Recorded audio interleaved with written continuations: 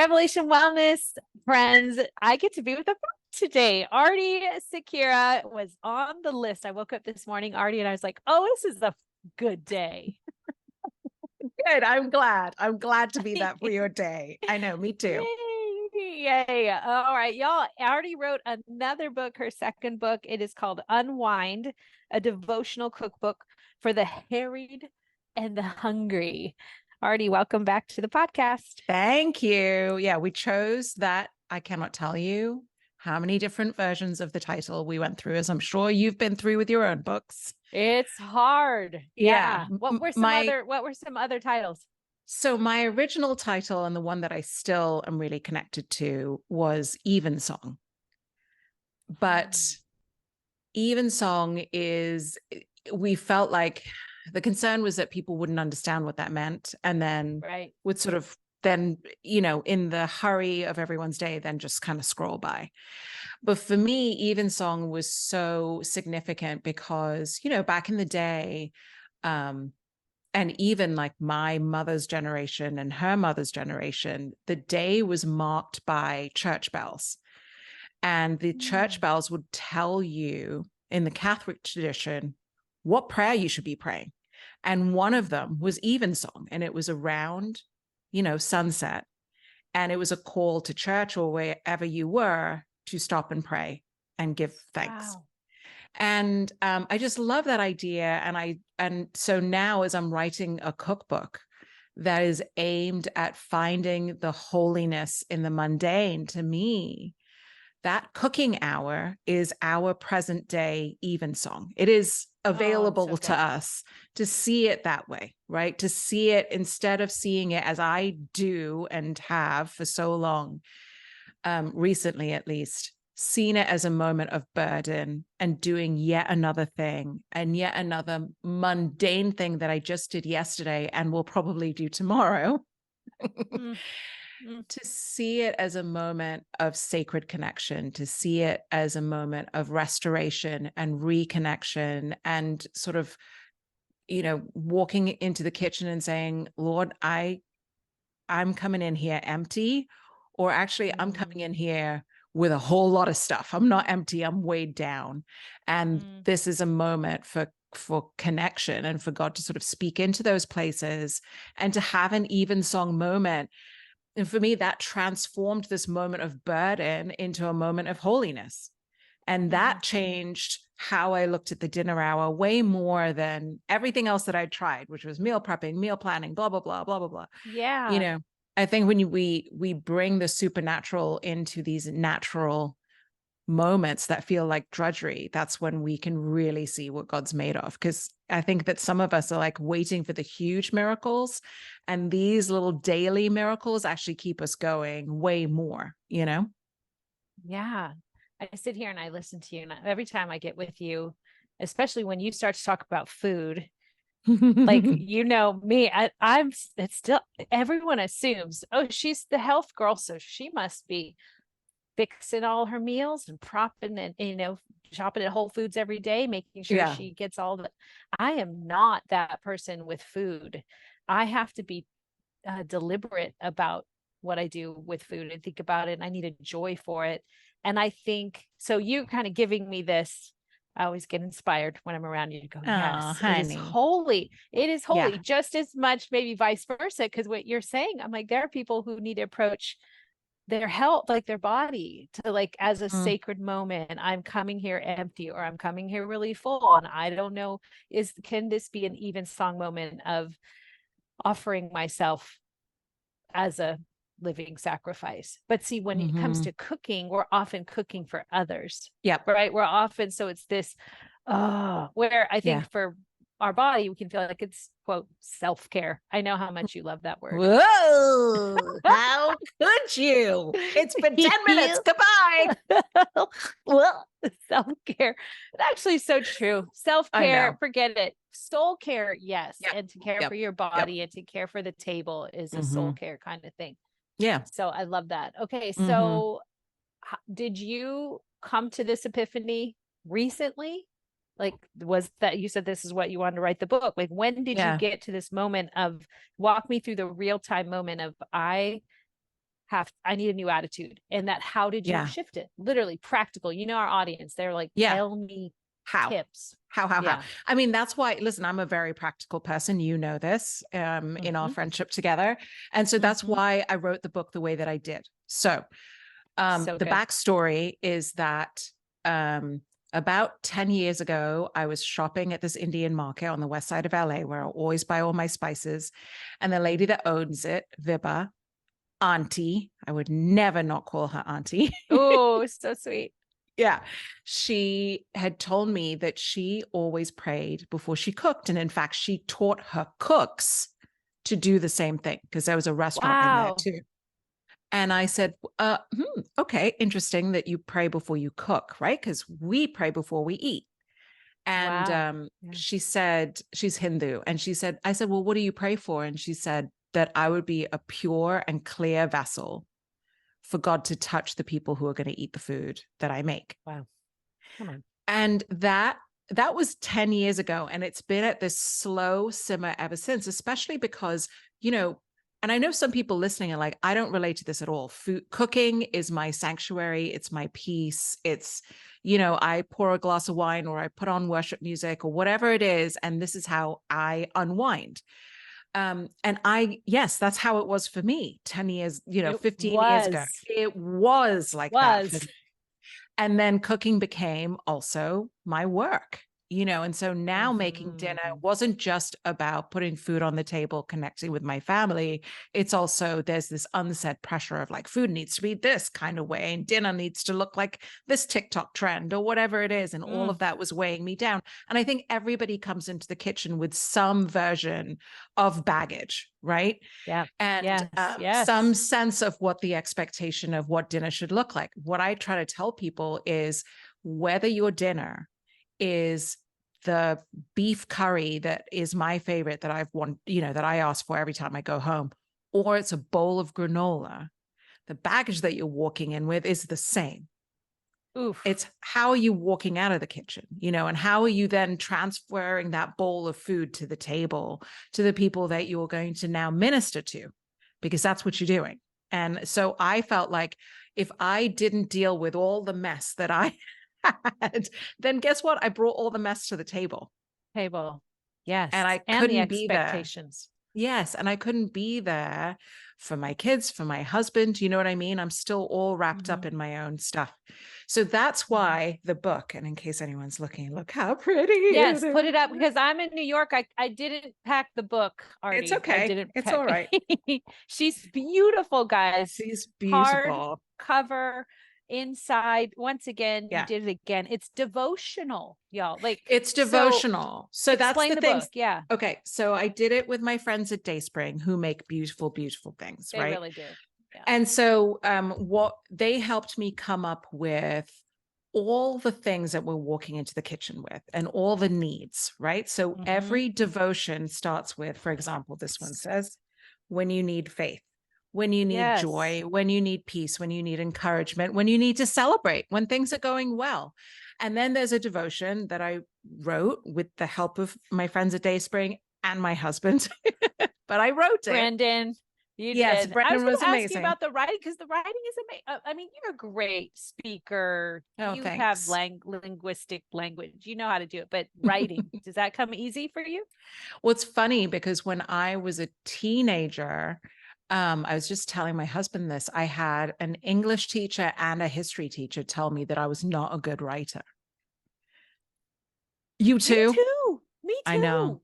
Isn't that crazy? I have my own scarring story, but it's almost as if you were marked for something. Yeah. And there was a pushback, the enemy. That lie still stays with me. Yeah, something overcame that and didn't pay attention to it. I mean, I think it's that I'm not a patient person or writer. So, that's why I went into TV news, Alisa, because it's bullet points. Boom, boom, boom. Just tell me the who, what, where, and why. You know what I mean? But writing a devotion, you can't do that. In a way, it is, because you do have to synthesize these ideas into a shorter essay, which I like. It's what I like to write. It's what I like to read. And so the writing process was desperately difficult. This whole book, I'm not going to lie, was desperately difficult because I was writing it with every single person that might open it in mind. I mean, I really was like, I want to be helpful. I want this to really help people, touch them, change the way they look at the kitchen, change the way they look at their lives. Because guess what? If you can change the way that you walk into the kitchen when you are probably at your worst, you are hungry, you are tired, you are desperate. That's the moment when it's very hard to control your tongue and your temper and all those things, at least for me, Yes. So if I can change how I am in the kitchen at 5 o'clock, then guess what? I can change how I approach doing another load of laundry, going into another hard meeting, working on an impossible project, all of these things, because I'm already in the practice of asking the Lord to come in. You just said the word. Yes. So every one of the devotions starts with when you need, and then there's a devotion about that topic. And then there's a recipe attached to that devotion that plays off an idea or a word picture or even a verse that I've referenced in the devotion. So that basically you could read the devotion and then still be rolling it over in your mind as you make the recipe. As you're cooking. It's really brilliant. Thanks. Your first book was more like I still have it, like for writing recipes and handing it down to the recipe journal, recipe journal. But so this one though, the devotionals, like I can hear your voice, feels like a friend. It gives people something to meditate on. There's a scripture verse with every devotional, and that's something that people could be connecting to with their tired heart or their I don't really want to do this spirit, but it can hopefully shift it. I love it. Yes, I was looking at chat, you have like 60 different recipes, right? Or something like 50. that. 50 different recipes. Aarti, do you sit down and do all those recipes? Oh, hi, Brendan. Yeah. Oh, he can't hear you, but there he walked by. He walked by. You did all of them? Oh yeah. No, I wrote every single recipe and then tested it. And I had 2 recipe testers help me as well to make sure that they work. It was a whole process. I mean, that's the thing about this book in particular is writing a cookbook is hard enough, but writing a devotional cookbook is, twice the effort and different parts of your brain. You know what I mean? The sort of more prosaic side, and then the more practical, how do I make this gravy work side. So it was tough. It was really tough, but it was worth it. I'm so proud of it, and so hopeful that it can really help some people. I believe it will and does.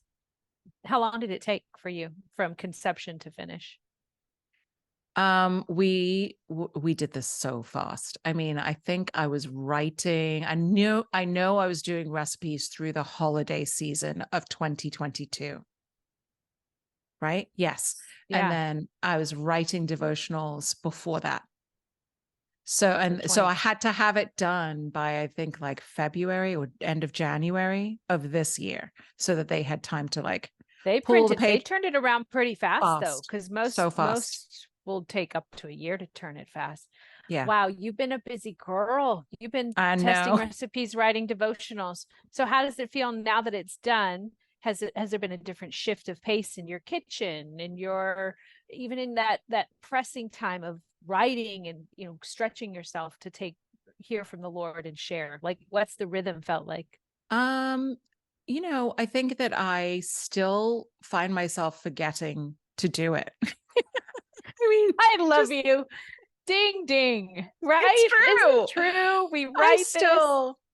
I mean, I could tell you all the answers, but I think that's the value of having something. That's why I loved that Dayspring was like, let's make it really beautiful so it can sit on the counter and sit as a reminder to all of us, hey, God is in the small things too, and so that has felt, it has been good to remember that I can do that. And it can be as small a prayer as, Lord, can you just make this turn out well, to as huge a prayer as, I just don't see the point of this day or whatever it is that you're putting me through.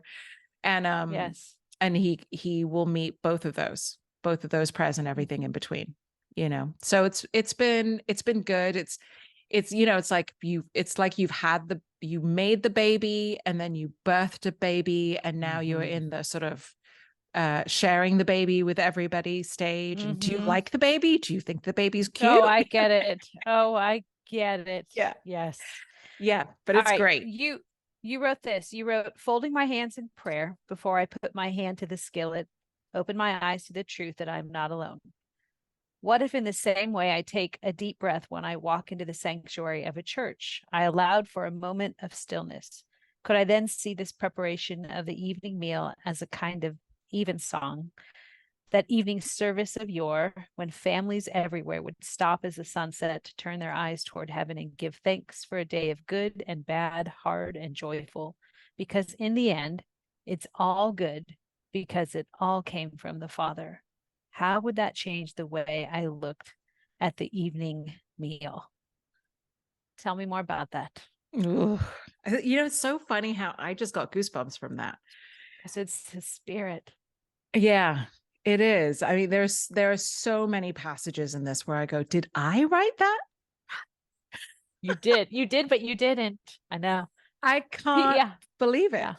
You know what I mean? I can't believe it. It sort of feels like I'm reading somebody else's writing. And that is very encouraging to me, that that the girl that was told she couldn't write is now, for some reason, able to write things like that. Yeah, I think, and that's the whole story, even through what I was saying there, is that we can accomplish and overcome and do so much that we don't think is possible. And if we can see it in these small things, every dinner, every breakfast, whatever, I think it just sort of, it gets your mind churning and burning and getting your imagination going for what it is that God is doing in the rest of your life, or in your family's life, or in the, gosh, I mean, what's happening in the world at the moment. You know what I mean? We gotta, it's my mom wanted to be a nun, and then she met my dad. Or was it the other way around? She met my dad, then she wanted to become a nun. No, it was the first one. It was the first one. And I think that some of that is this idea of like, well, if I would just devote my entire life to serving the Lord and reading about the Lord and just doing all of that stuff. And there's almost a sense of like you could escape the craziness of the world by becoming a monk or a nun. But I think actually you probably it's such a great practice, because you're in this. That's what I love about evensong. And even like when I grew up in the Middle East, there was a call to prayer, right? It was a Muslim country. And so the imam would go into the mosque and there would be a call to prayer like 5 times a day. Just this reminder of like, hey, don't get too caught up in your own nonsense. It's true. Right. Get down on your knees and remember reflection. Yeah. And so that's sort of that has been, and the other thing that I think that I learned the most from studying and writing these devotions is, when you need peace, when you need hope, when you need courage, the difficult thing was that it was always, you find it in Jesus, you find it in Jesus, you find it in the Lord, you find it in God, you find it in the Holy Spirit, and finding 50 different ways to say that. Yes, it all points the same. You're saying the same thing 50 different ways. Yeah. But it really set that in stone for me. And I'm hoping that as, people read this, it sets it in stone for them and sits as a reminder that all these things that we need, that we feel like I have no peace right now. It's available in you. Please be my peace. You are my peace. You know what I mean? Just help me like catch up to the truth of it. Yeah. What do you do when you don't feel this? Like you feel like you're not living out your book? Because that's true, right? Yeah. We write the thing and then we're like, I wrote a book on it and I'm still trying to find my joy or whatever it is. What do you do in that space? I think I go back to the basics. If I'm feeling like, just recently, honestly, you and I were talking through it. I was on the road for 2.5 months. And so that means that my rhythm of getting up, making my coffee, pulling the Bible off the shelf, going to work out, these sorts of things completely shattered. which then was a very good test of like, okay, well, how connected are you? You know what I mean? Is it about the rhythm or is it really about your connection? So then when I got home and I was sort of recovering from all of that, I was really feeling very disconnected. And I felt really out of control of everything that I was trying to juggle. And I just, again, was praying about it. And again, the Lord was like, how many times do I have to tell you and give you this word picture, my darling girl, of a mother duck with all her crazy baby ducks all around her. And she goes quack, quack, and they snap into formation and go where she goes. And so for me, the message was, if you would just put me first, if you would go back to basics, spend time with me, it doesn't even necessarily have to be reading 13 chapters of the Bible, right? It's spending 5 minutes of complete and utter Mary-like surrender at his feet. Aarti. Everything else sort of comes into formation behind that. And so that's what I've been kind of coming back to and going, okay, even if I don't feel it, I will not give up, because the truth is not my feelings. And so I need to fight. This is how I fight, is by continuing to come back to the word and continuing to sit in silence and just keep going, because it's not a one-day battle. And if there is an enemy of our souls, and there is, then of course he would want to discourage you. And of course he'd want to get in the middle of your relationship. It's like, a bad boyfriend, like just trying, hey, what's up? Hey, hey, you know what I mean? Yeah. So, Instagram, check Instagram. Oh my gosh, the worst.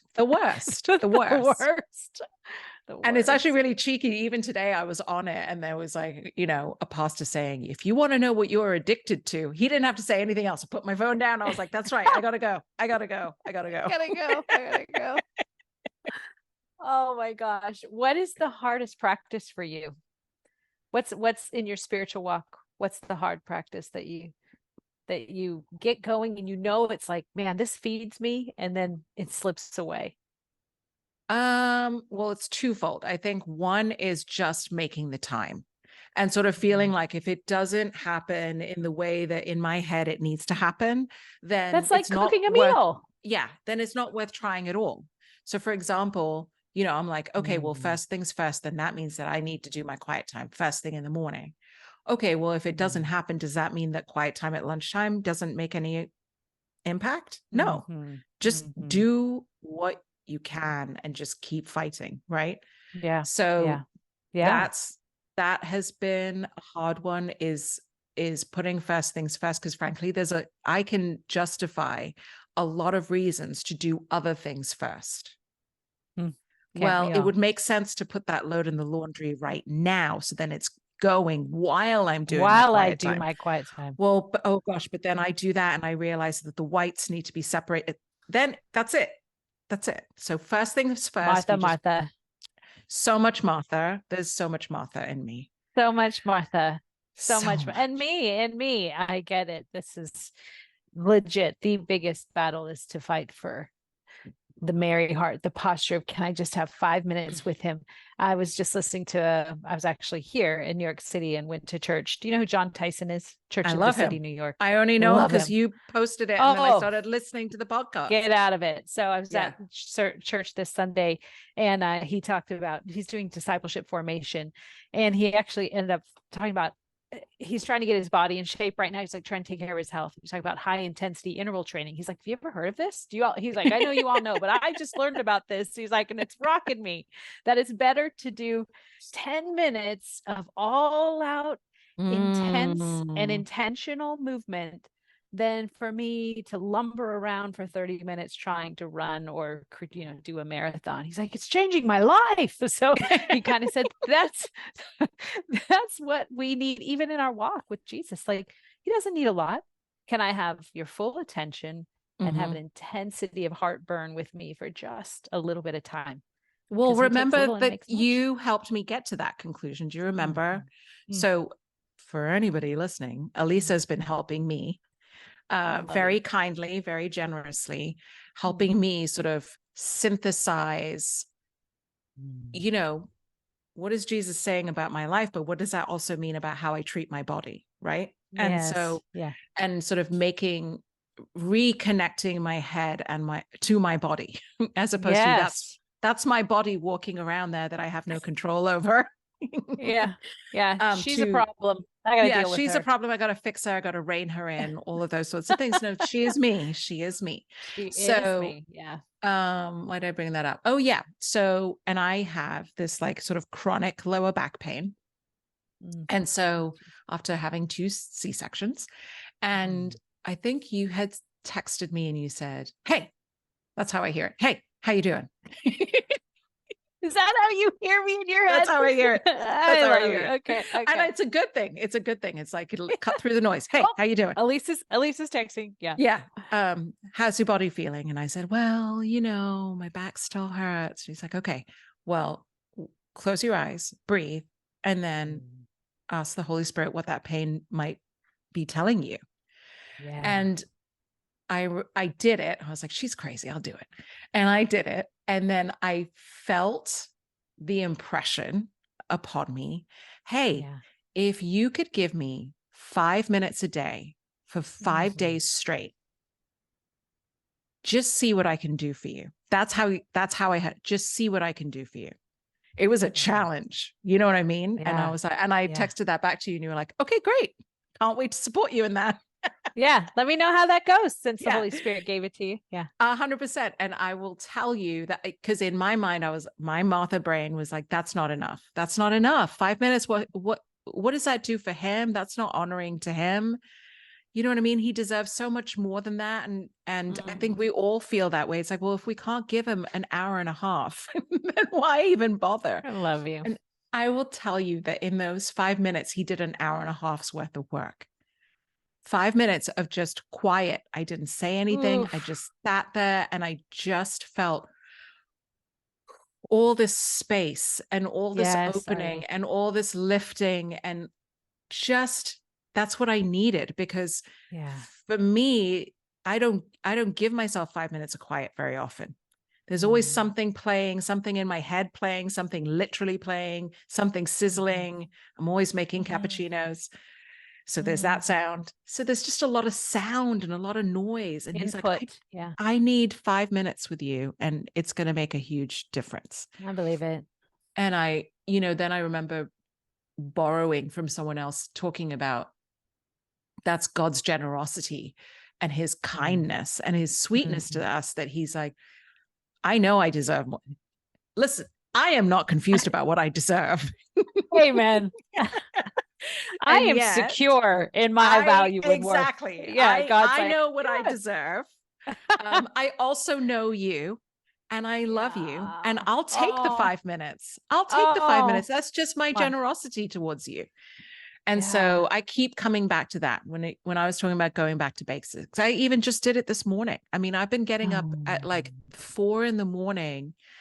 and just racked with sadness and anxiety and just being disturbed by everything that's happening in the world. I grew up in the Middle East, so I think there's like something in me that's still very attached to what's going on, and just being so broken about it and trying to make sense of it and trying to go, well, here are the people I grew up with and here's what I understand now, and trying to deal with that and going, Lord, I need your peace, and I'm not getting it. And still, this morning I just was like, okay, I'm doing 5 minutes of quiet. I'm not asking you to explain everything to me. And I'm just doing 5 minutes of quiet. And it was amazing. Yeah.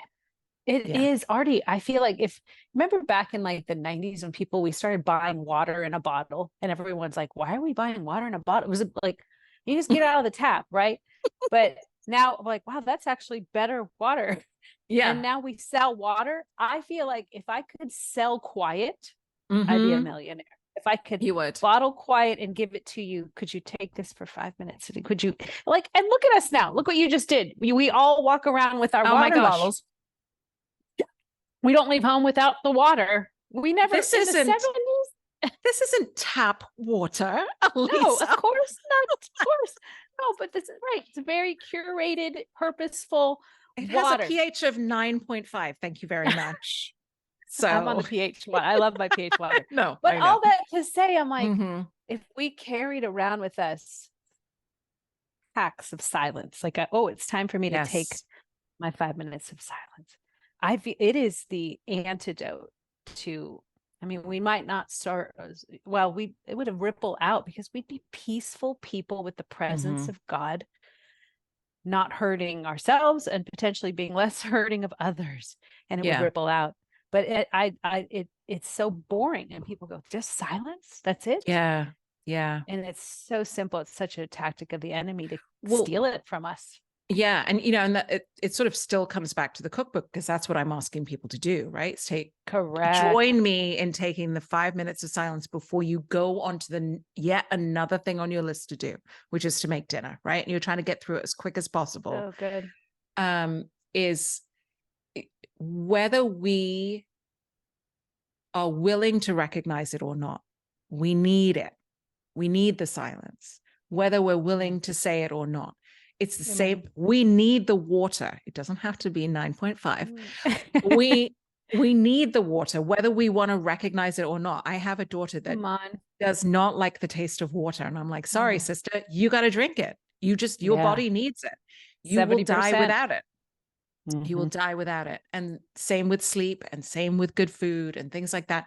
I think it's the same with silence and having a connection to God. It is that vital.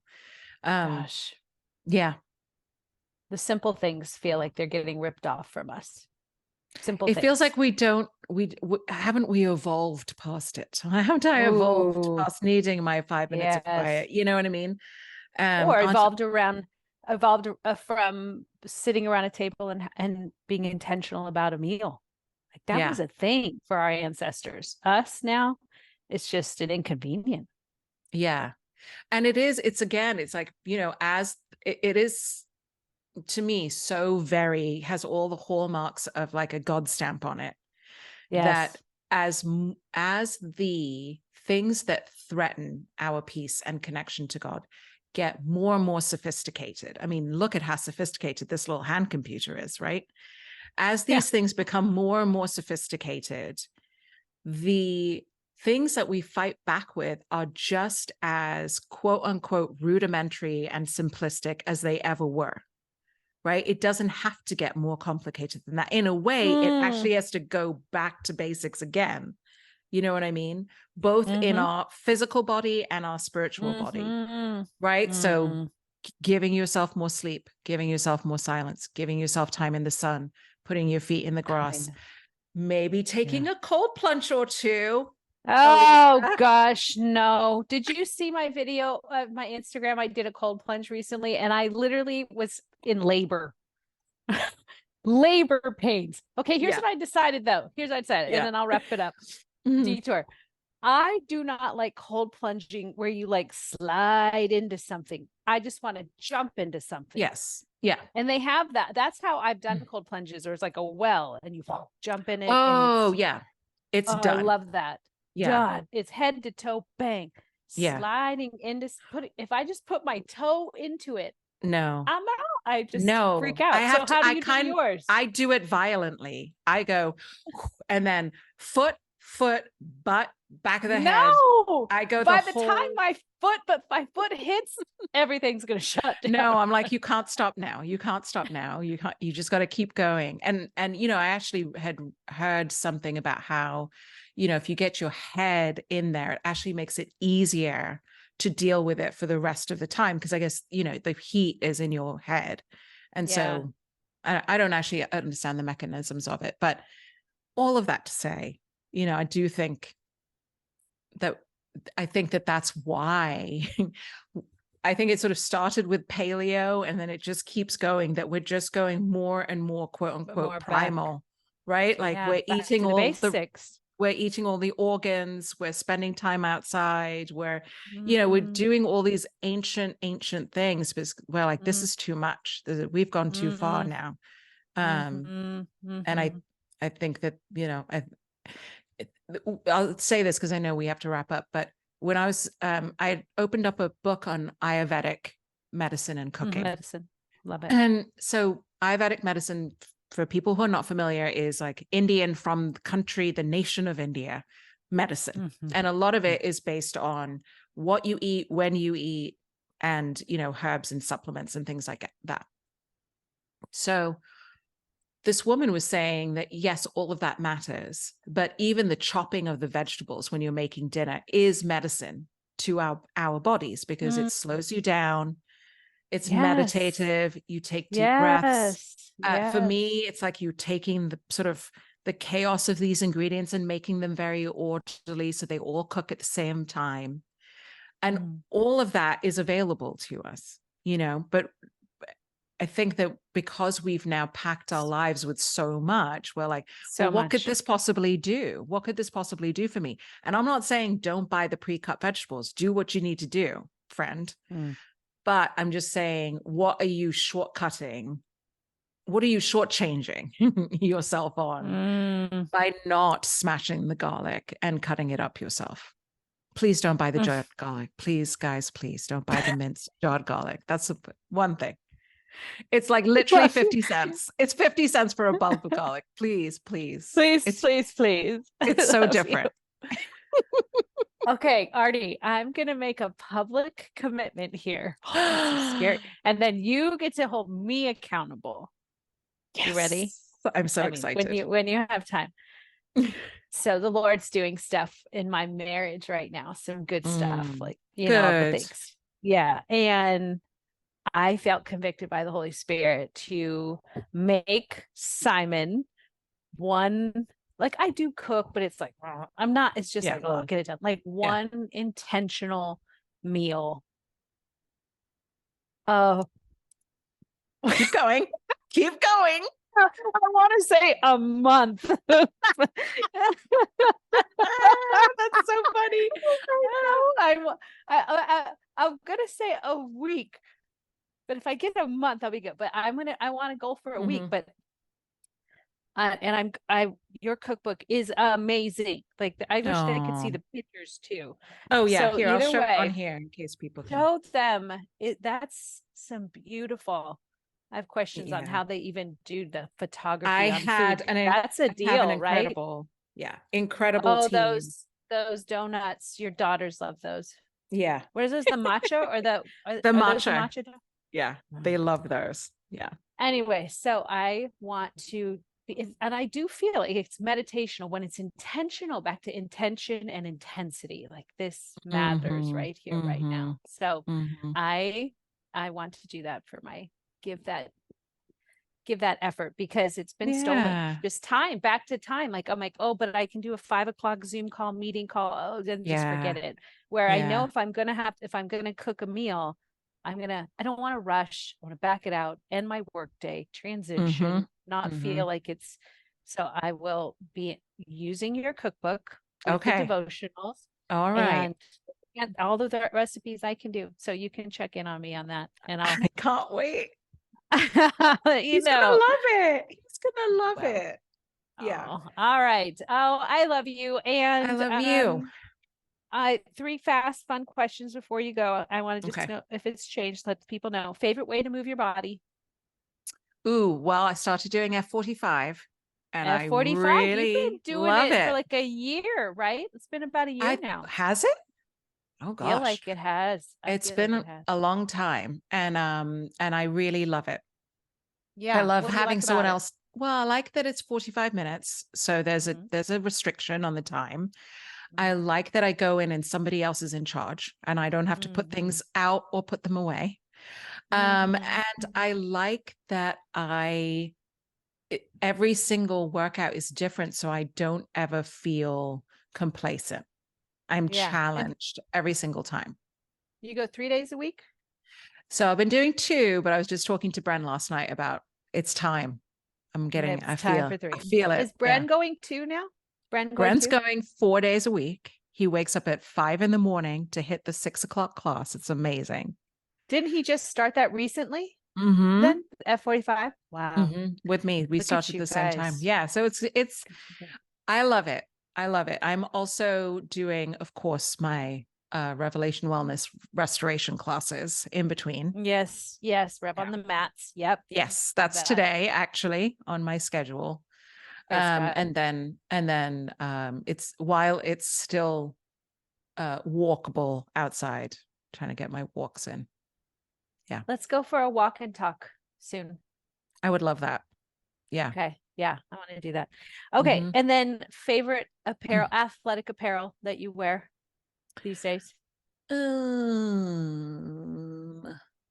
Favorite leggings, favorite bra top, favorite. You know, I'm still looking for a bra for the bigger ladies. So I am listening. Yeah, we're if open, bigger ladies. Let us know. Hit us up on the Instagrams. There's been a lot of jumping at the old F45 recently. And I'm going to hurt somebody is what I'm going to say about that. So I could use some help. You're funny. I still love my Old Navy leggings. I still really love them. And I'm still doing the sort of barefoot minimal shoes, but I'm starting to rethink those. See previous thing about jumping. So I feel like I might need some more support. I actually was going to text you about that. Yeah. So still the Old Navy leggings, man. I still like them. And then coffee, tea, kombucha, or matcha? Go. Coffee. It's back. Espresso. Back. Espresso. Back. All right, everyone. We love Aarti, and you can get her book at any place, Amazon, but also Amazon. Dayspring. You send them to the Dayspring website. Tell them what's going on Dayspring. So you can go to my website and you can find everything there. Just go aartisequeira.com. But if you go to the Dayspring website, we've also collaborated on a line of products. So there's a beautiful apron, a cookbook stand, measuring cups, and there's one last thing I can't remember right now. Oh, relish trays. And every single one of those has a little either verse or phrase that will help you remember that God is in the small things too. And they're all sort of in my trademark, like bright colors, textures, all that stuff. Yellow, orange, beautiful color. Thank you. And you're going to be on QVC. And I'm launching a line with QVC very shortly. I can't say more than that, but it's happening. Can't say more. Okay, I want to know. I want to know when you're on, so I can be one of those people that's become the number of sales. I would love that. I love it. All right. I love you. We'll talk soon, and come write another book, come back, or just come back anytime. I would love it. Thanks for watching. And remember, this video was brought to you by Revelation Wellness Instructor Training Program. Do you love Jesus and have a passion for fitness and wellness? Or maybe you're tired of the roller coaster of obsessing over and neglecting your body, and you know there has to be more to fitness. Let us equip you to lead others to health and wholeness rooted in Jesus Christ through our faith-based fitness instructor training program. Go to our website to learn more and listen to testimonies of people just like you who are bringing hope and healing to their communities as fitness teacher gospel preachers. Click the link in the description of this video and download a packet to get your journey to health and wholeness through Christ started today.